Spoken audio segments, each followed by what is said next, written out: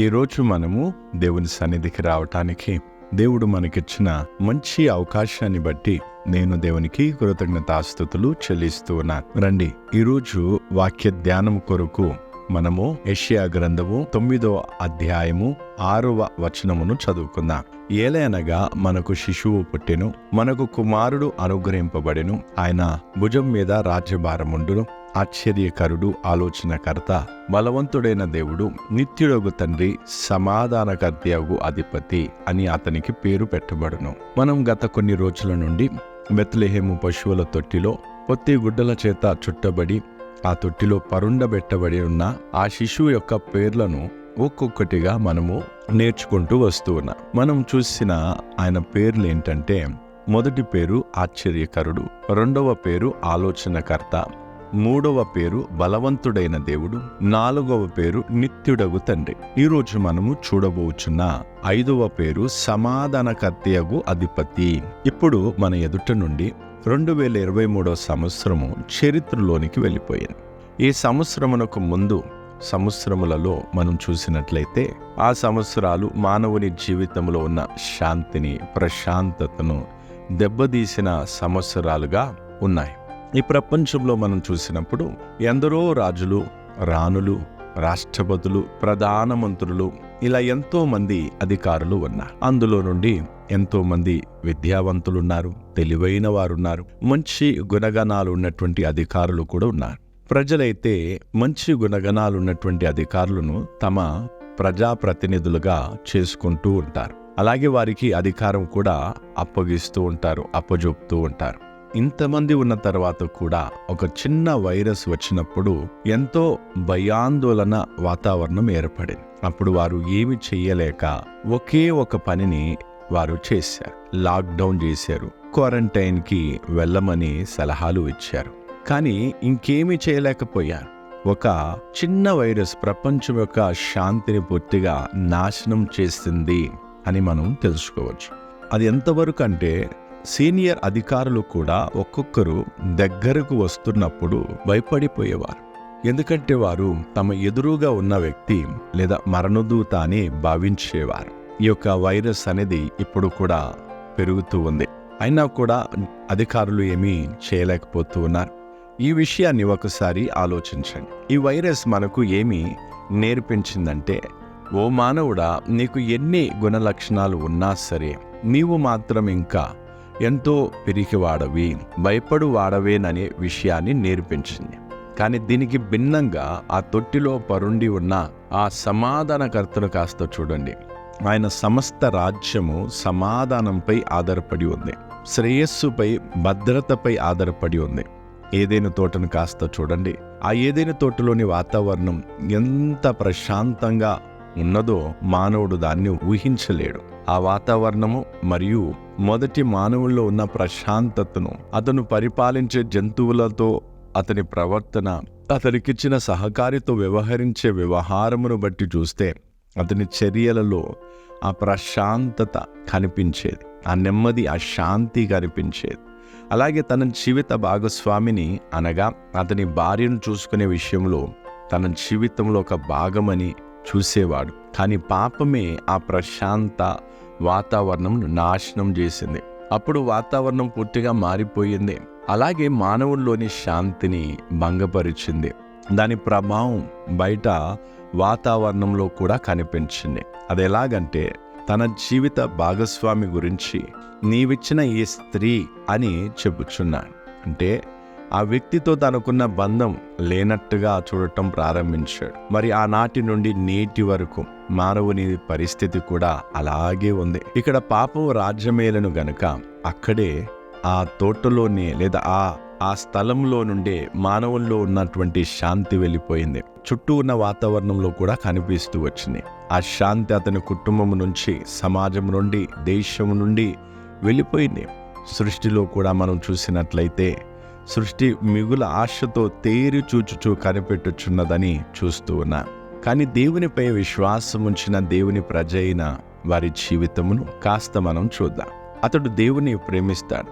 అతడు తన జీవితాన్ని దేవునికి సమర్పించుకున్నాడు. అలాగే అతడు దేవుని చిత్తానుసారంగా నడుచుకోవాలని ఆయన చిత్తమును అనుసరించాలని కోరుకుంటూ ఉంటాడు. అతని జీవితము ఈ అంధకారమైన లోకంలో ఒక ఆశాకిరణంగా ఉంటుంది. దేవుని సన్నిధిలోనే శాంతి ఉంటుంది. అయితే ఈ మాటకు అర్థం, దేవుడు ఎవరి జీవితంలోనైతే ఉన్నాడో అతని జీవితంలో ఎటువంటి సమస్యలు ఉండవని లేక రావని కాదు. సమస్యలు, పోరాటాలు, సవాళ్లు ఉన్నప్పటికీ వాటి మధ్యలో కూడా పాపభరితమైన ఈ లోకములో ఇటువంటి వ్యక్తి ధైర్యమును పొందుకున్నవాడై ఉంటాడు. ధైర్యముగా నిలబడతాడు, వాటన్నిటినీ ఎదుర్కొంటాడు. అలాగే అతడు బలవంతుడవుతాడు. దేవుని శాంతిని అనుభవిస్తూ ముందుకే సాగిపోతాడు. అర్థం చేసుకోవడానికి నోవాహు కట్టిన ఓడను కాస్త చూద్దాం. ఓడ బయట ఉన్న ప్రపంచమంతా పూర్తిగా నాశనం అవుతుంది. అది ఎంతో భయంకరమైన దృశ్యమై ఉండెను. ఉరుములు, మెరుపులు, వర్షం భారీగా వస్తుంది. ఆ ప్రపంచమంతయు పూర్తిగా అంధకారంలో నిండి ఉంది. కానీ ఓడ లోపలైతే ఓడ బయట ఉన్న వాతావరణంకు పూర్తి భిన్నంగా ఉంది. ఆ ఓడలో ఉన్న వారికి శాంతి, నెమ్మది ఉంది. దేవుని సంరక్షణ అక్కడ ఉంది. వాస్తవానికి నోవాహులో, అతని పిల్లల్లో పాపం ఉన్నప్పటికీ, జంతువులలో కూడా పాపం రాజమేలుచున్నప్పటికీ దేవుని ఆధీనంలో ఉన్నందున వారి అందరిలో శాంతి అనేది నెలకొని ఉంది. నోవాహు ఓడ దేవుని రాజ్యానికి ఛాయ ఉన్నది. ఒకవేళ దేవుని ఆజ్ఞను గైకొనిన ఈ నోవాహు కుటుంబపు జీవితాల్లోనే ఇంత శాంతి ఉంటే, ఎవరి జీవితంలోనైతే ఈ రక్షణకర్త అయిన దేవుని రాజ్యం ఉంటుందో, ఆ సమాధానకర్త అయిన రాజ్యం ఉంటుందో, వారి జీవితంలో శాంతి, సమాధానం అనేది ఏ విధంగా ఉంటుందో ఒకసారి ఆలోచించండి. పరలోకపు దేవుని రాజ్యము ఎక్కడ ఉంటుందో అక్కడ శాశ్వతమైన శాంతి ఉంటుంది. సర్వశక్తిమంతుడైన దేవుడే ఈ భూమికి ఎందుకు వచ్చాడు? ఎందుకంటే తన శాంతి, సమాధానంతో కూడిన రాజ్యాన్ని స్థాపించడానికి వచ్చాడు. ఆయనను తన ప్రభువుగాను మరియు రాజుగాను అంగీకరించే ప్రజల హృదయాలలో ఆయన రాజ్యం స్థాపింపబడుతుంది. ఈ లోకం ఎన్నడూ కూడా ఈ శాంతిని కలిగి ఉండదు. ఎందుకు అంటే ఇది సాతాను రాజ్యమై ఉన్నది. అందువలన ప్రజలు అశాంతితో, కలవరాలలో ఉండాలి.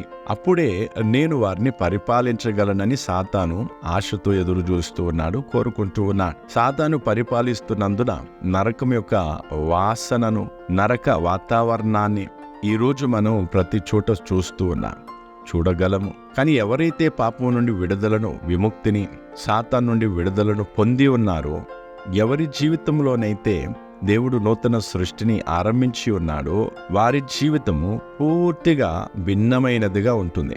సమాధానానికి అధిపతి అయిన యేసు ప్రభువును ఒక్కసారి చూడండి. స్వయాన ఆయన ఒక పేద స్థితిలో జన్మించాడు, సాధారణమైన జీవితంలో జీవించాడు. కానీ ఆయన ఎక్కడికి వెళ్ళినా ఆ చోట శాంతి పరిమళాన్ని వెదజల్లాడు. దీని ద్వారా దేవుని మహిమ బయలుపరచబడింది. ఆ శాంతికరమైన ఆ రాజ్యంలోనికి మనల్ని తీసుకురావడానికే ఆ సమాధానకర్తైన అధిపతి స్వయంగా మానవుని స్వరూపమును ధరించిన వాడై ఆయన తన ప్రేమను కనపరిచాడు. ఆ శాంతికరమైన రాజ్యంలోనికి మనల్ని తీసుకురావడానికే ఆ సమాధానకర్తైన అధిపతి స్వయముగా మానవ స్వరూపమును ధరించి తన ప్రేమను మనకు కనపరిచాడు. దేవుని శాంతి రాజ్యంలో దేవుని ప్రేమ అనే రాజ్యమే ఉన్నది. అయితే ఆ రాజ్యం మన హృదయాల్లో ఉన్నట్లయితే మనం ఇతరులను కూడా ఆ ప్రేమతోనే చూస్తాం మరియు దేవుని ఆజ్ఞలను గైకొంటాం. శాంతి మన జీవితంలోనికి వస్తుంది. మనం ఎన్ని కష్టాలలో ఉన్నా సరే దేవుని శాంతి మన హృదయాలలో రాజ్యమేలుతుంది. ఆ అమర వీరుల జీవితాలను లేక హతసాక్షులైన వారి జీవితాలను కాస్త చూడండి. వారు తమ చివరి శ్వాస విడుస్తున్న సమయంలో కూడా శాంతినే కనపరిచారు. స్టెఫెను మరణ సమయంలో కూడా అతని ముఖంలో ప్రకాశింపబడిన మహిమ సౌలు జీవితాన్ని మార్చివేసింది. మనకు 2024 గురించి అంత ఎక్కువగా తెలియదు. కానీ మనకు తెలిసిన విషయం ఏమిటంటే మనం సురక్షితంగా ఉన్నాము. ఎందుకంటే మనం సమాధానకర్త యొక్క అధిపతి రాజ్యములో జీవిస్తున్నాం. మన జీవితంలో ఏమి జరుగునో మనకు తెలియదు. కానీ ఒక విషయం ఏమిటంటే ఆయన చిత్తం లేకుండా ఏదీ జరగదు. ఆ సమాధానకర్త యొక్క అధిపతి నియంత్రణలో సమస్తము ఉన్నది. అది మరణమైనా సరే అది దేవుని చిత్తం చొప్పున మాత్రమే జరుగుతుంది. రండి, పరలోక రాజ్య ఈ శాంతి లేక సమాధానము మన ఒక్కొక్కరి హృదయాలలో ప్రకాశించునుగాక. ఈ సమాధానం మన జీవితాల ద్వారా ఇతరులకు ప్రదర్శింపబడనిత్త. మన జీవితంలో ఎన్ని పోరాటాలు, సంఘర్షణలు వచ్చినా సరే మన జీవితాల్లో ఈ పరలోకపు శాంతి ఉన్నట్లయితే ప్రపంచమంతా కూడా ఆ శాంతిని చూస్తుంది. రండి, మనం ఈ పరలోక రాజ్యానికి సాక్షులమై ఉందాం. రెండవదిగా, ఈ పరలోక శాంతిని మన జీవితాల ద్వారా మనము అనుభవించుదాము. రండి, మనం ప్రార్థన చేద్దాం. మా కృప కనికరము గల మా తండ్రి, మేము నీకు కృతజ్ఞతాస్తుతులు చెల్లిస్తూ ఉన్నాం. గత రోజుల నుండి బెత్లెహేము పశువుల తొట్టిలో పొత్తి గుడ్డలతో చుట్టి పరుండబెట్టబడిన ఆ శిశువు యొక్క వేరు పేర్లను చూడడానికి, నేర్చుకోవడానికి నీవే మాకు సహాయం చేశావు. సమాధానకర్తయగు అధిపతివై ఉన్నావు ప్రభువా. ఆ ఒక్కొక్క పేరులో ఎంతో అర్థం ఉన్నది. నీవు ఆశ్చర్యకరుడవు, ఆలోచనకర్తవు, మంత్రివి, మా సలహాదారివి, బలవంతుడవైన దేవుడవు, నిత్యుడగు తండ్రివి, సమాధానకర్తయగు అధిపతివై ఉన్నాను. నీ సమాధానం మా ప్రతి ఒక్కరి జీవితంలో రాజ్యమేలునుగాక. లోకము మా జీవితాలను చూసి నీ వైపు ఆకర్షింపబడునుగాక. ప్రభువా, మా జీవితాల్లో ఎలాంటి పోరాటాలు, ఎలాంటి పరిస్థితులు వచ్చినా మా జీవితాలలో నీ శాంతి సమాధానం రాజ్యమేలునుగాక. సమస్త మహిమ నీకే చెల్లిస్తూ యేసుక్రీస్తు మధురమైన నామములో అడిగి వేడుకొనుచున్నాము తండ్రి, ఆమేన్. మన ప్రభు అతి త్వరలో రానే ఉన్నాడు. మన ప్రభు ఆశ్చర్యకరుడు, ఆలోచనకర్త, నిత్యుడగు తండ్రి, బలవంతుడైన దేవుడు, సమాధానకర్తయగు అధిపతి అయి ఉన్నాడు. గనుక మనం ఎందుకు ఆందోళన చెందాలి? ఎందుకు చింతించాలి? ఆయన మనతో ఉన్నాడు. విశ్వాసంలో దృఢముగా ఉందాము. మన ప్రభు అతి త్వరలో రాబోతున్నాడు. కాబట్టి సిద్ధపడదా. దేవుడు మీ అందరిని ఆశీర్వదించునుగాక. మరణాత.